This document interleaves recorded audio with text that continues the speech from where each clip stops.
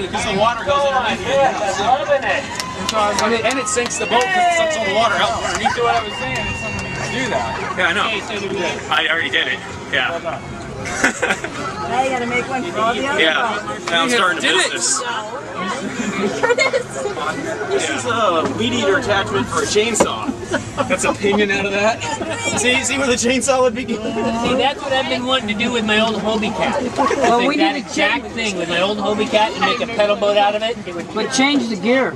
You don't change gear, it's constant drive, 10-to-1 ratio. Can't you get Now with my old bike. a better Well, I need gear the sprocket ratio? soon. 10-to-1's the right ratio. See, that's what I was thinking of doing it like a 10-speed 7 derailleur. So you do 15 to 1 or whatever? The research I did said 10-to-1's about the best. Oh, okay. Shift gears, you'd really have some. I did!